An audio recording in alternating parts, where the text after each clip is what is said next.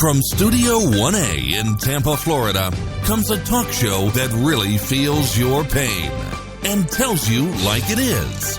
We love America and all that freedom-loving Americans want to protect.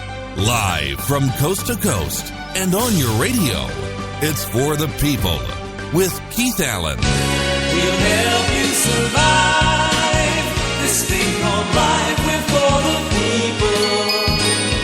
Whatever your source of stress or strife, for the people is there. Well, hello, ladies and gentlemen. I am Keith Allen and proudly welcoming you to this Monday's edition of For the People.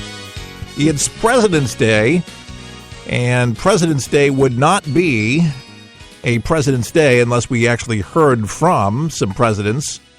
And this hour, we're going to be hearing from Mike Pence in Brussels and also Donald Trump from an unbelievable speech that he gave this Saturday in Melbourne, Florida. His wife just absolutely stunned the crowd, and it was a surprise. I mean, I had to turn up the television. I just could not believe what I heard.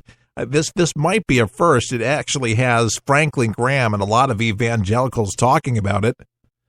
Do you know what I'm talking about? You don't? It's the Lord's Prayer.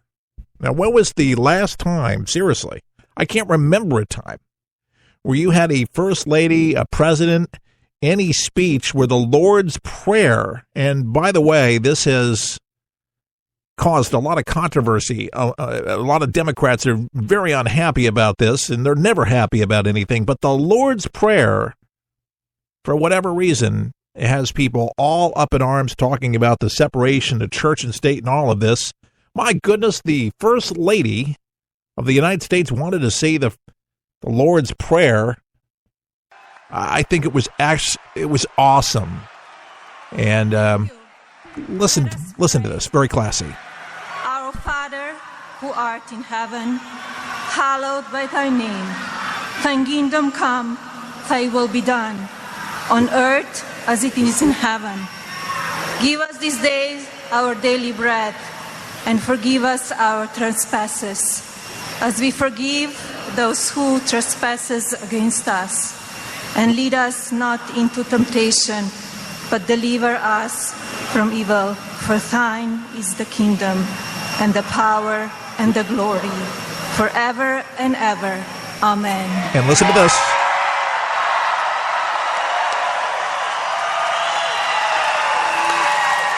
Listen to that. You don't hear any boos, but there's a million boos right now coming from the left. Did not like it. I think that's really telling. The Lord's Prayer, the very prayer that Jesus told us to pray, that he told his disciples this is the way we should pray. If a nation can't ask God's blessings and we can't ask for forgiveness as a nation, then we got some serious problems.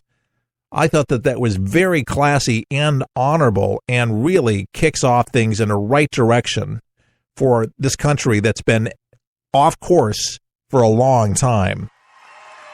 Let's listen. Good afternoon.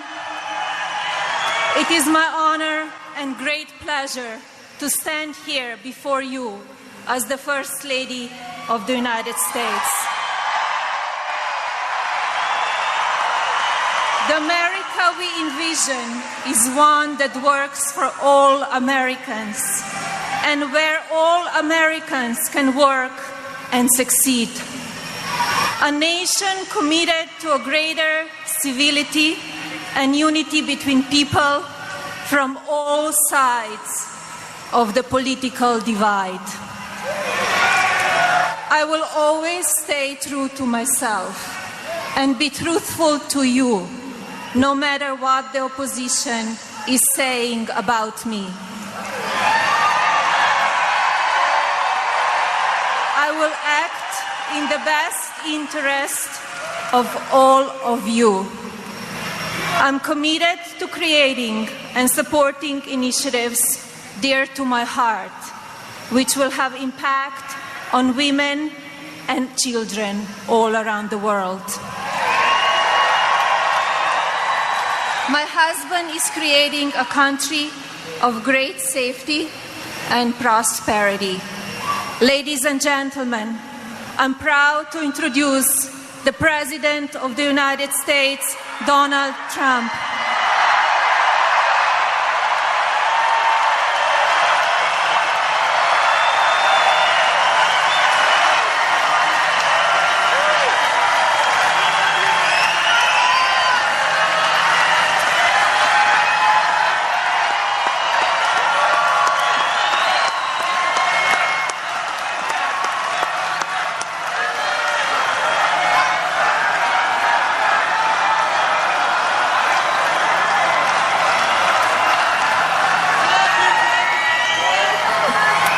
Thank you, everybody.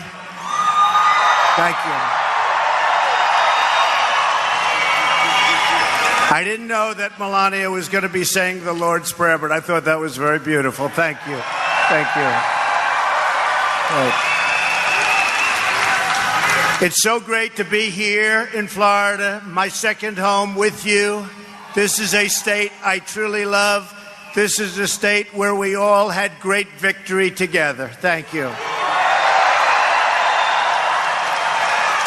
It's now been 1 month since my inauguration, and I am here to tell you about our incredible progress in making America great again.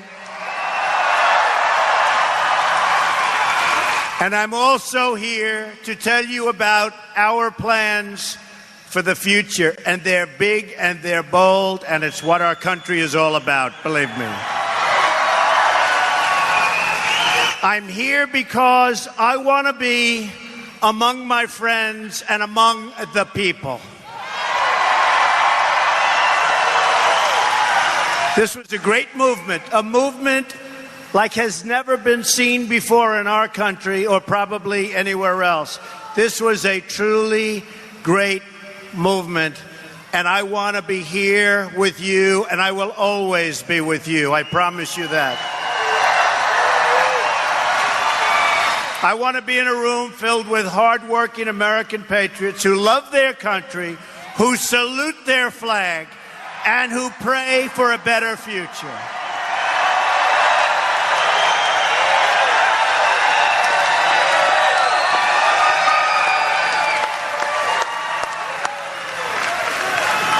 I also want to speak to you without the filter of the fake news.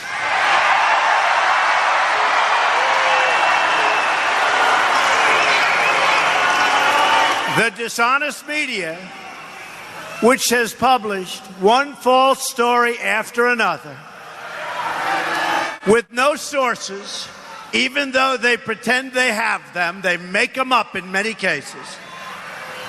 They just don't want to report the truth, and they've been calling us wrong now for 2 years. They don't get it, but they're starting to get it. I can tell you that. They've become a big part of the problem. They are part of the corrupt system.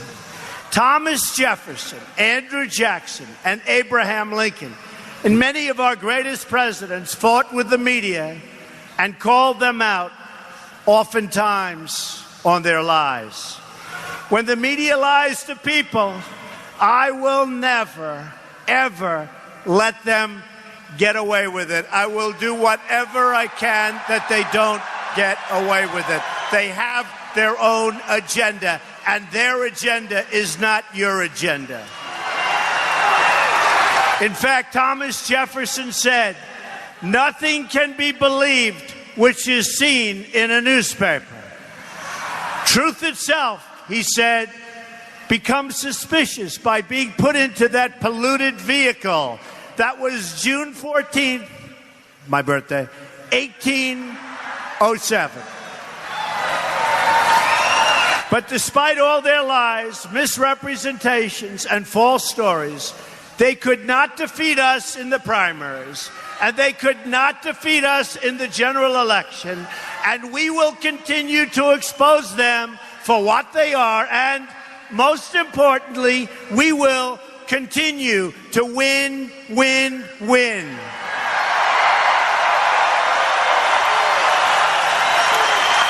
We are not going to let the fake news tell us what to do, how to live, or what to believe. We are free and independent people, and we will make our own choices. We are here today to speak the truth, the whole truth, and nothing but the truth. I hear your demands, I hear your voices, and I promise you I will deliver. I promise that.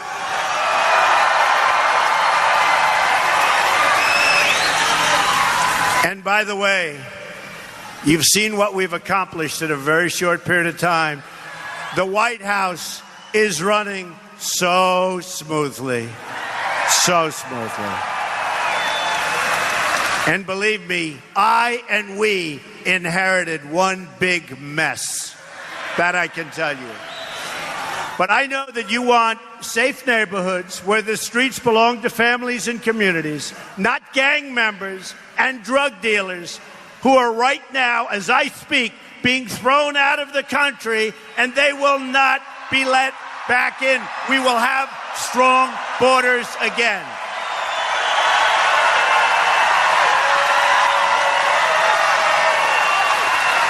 And I mean that. And you've seen it on television. You've seen it on television. General Kelly, now Secretary Kelly, he's really doing the job. You're seeing it. The gang members, bad people. I said it day one. And they're going out. Or they're being put in prison. But for the most part, get them the hell out of here. Bring them back to where they came from. The fact is, you want great schools for your children. You want good, high-paying jobs for yourselves and for your loved ones and for the future of your families. You want a health care system, and by the way, we are going to be submitting in a couple of weeks a great health care plan that's going to take the place of the disaster known as Obamacare. It will be repealed and replaced.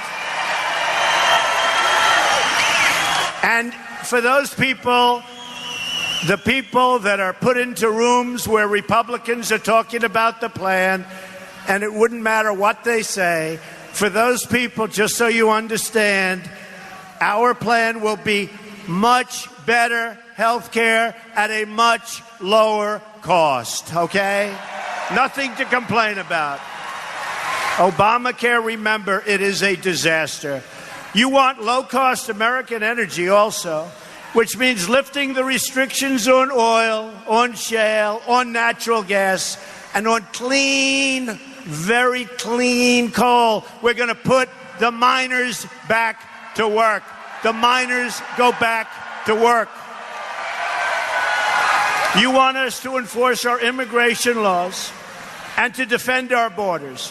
You want fair trade deals and a level playing field. We don't have a level playing field because you understand that when American workers win, America as a country wins and wins big.